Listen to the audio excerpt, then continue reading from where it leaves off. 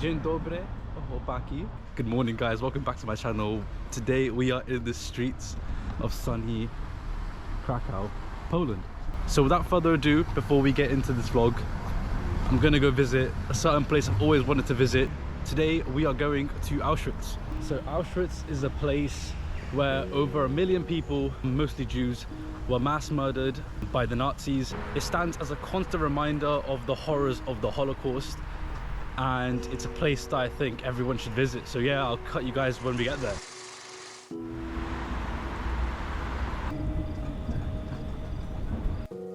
They no longer had names.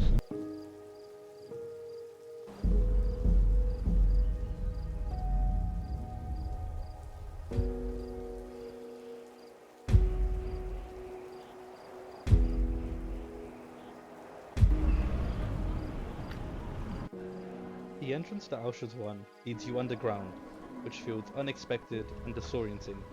However, I feel it's a powerful reminder that you're stepping into a place that should have never become a reality.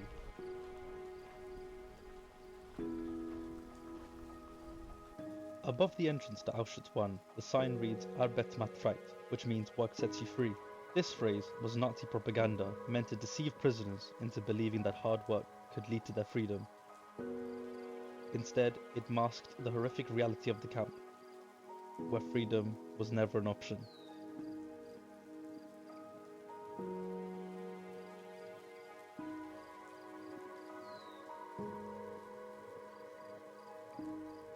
Block 4 in Auschwitz once held prisoners in brutal conditions.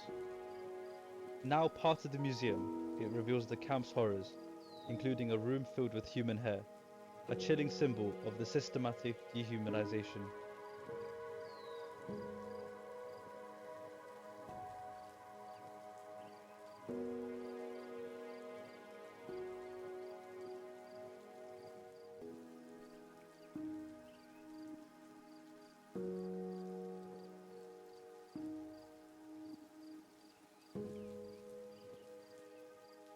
Block 11, known as the Block of Death, was infamously renowned for its standing cells, as well as the Death Wall, which is located just outside, where prisoners were blindfolded and shot by a firing squad. Entering the gas chamber of Crematorium 1, the silence is overwhelming. The room feels small, with low ceilings and scratched walls. Above, the hole where Zyklon B gas was poured in can still be seen.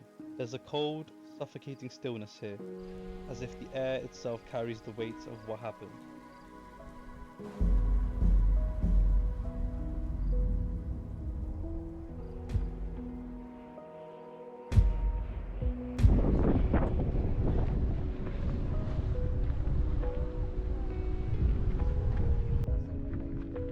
Stepping through the gates, I was struck by the vastness of Auschwitz. It was here, on this platform, that the SS carried out the selection process. Men were separated from women and children, the elderly from the able-bodied. In a matter of moments, most were sent directly to the gas chambers, while a few were forced into slave labor. It was a process as swift as it was deadly, deciding life or death in a single gesture. Walking down the main path, I came across the ruins of Crematorium 2, one of the biggest gas chambers in the camp. The destruction here is still visible.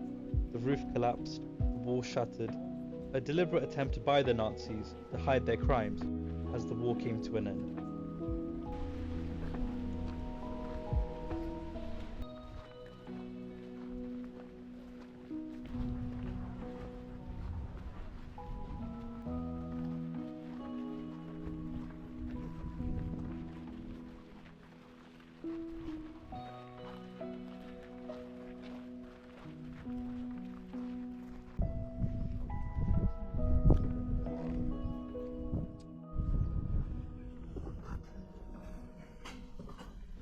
So this barracks was where children and women slept.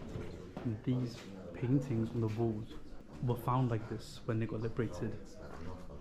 This was done to give the children a sense of hope.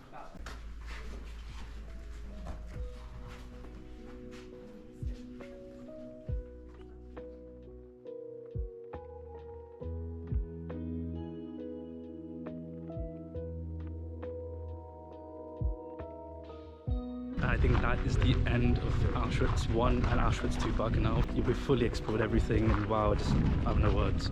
If you can, I strongly advise coming here to see it for yourselves. As a human being, I believe you should see it. As amazing in a weird way it is.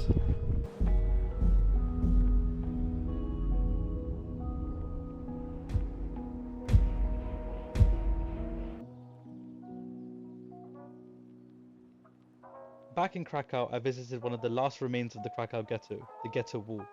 In 1941, the Nazis forced around 15,000 Jewish people into a crammed area in the Podgorze district and built a wall around it to trap them inside. The wall has these curved tops shaped to look like tombstones, a cruel reminder of the fate that awaited many of those inside. Next, I made my way to Schindler's factory.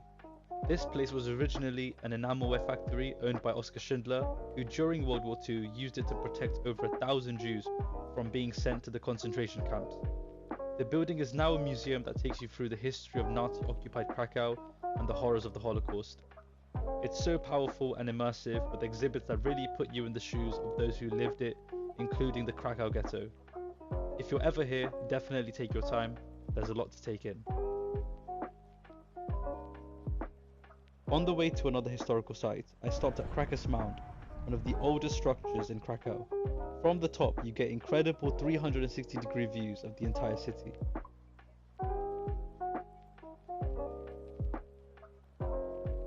A short walk later, I arrived at KL Plaszow. This was another Nazi labor and concentration camp, which today is mostly an open field with a few remaining structures and memorials.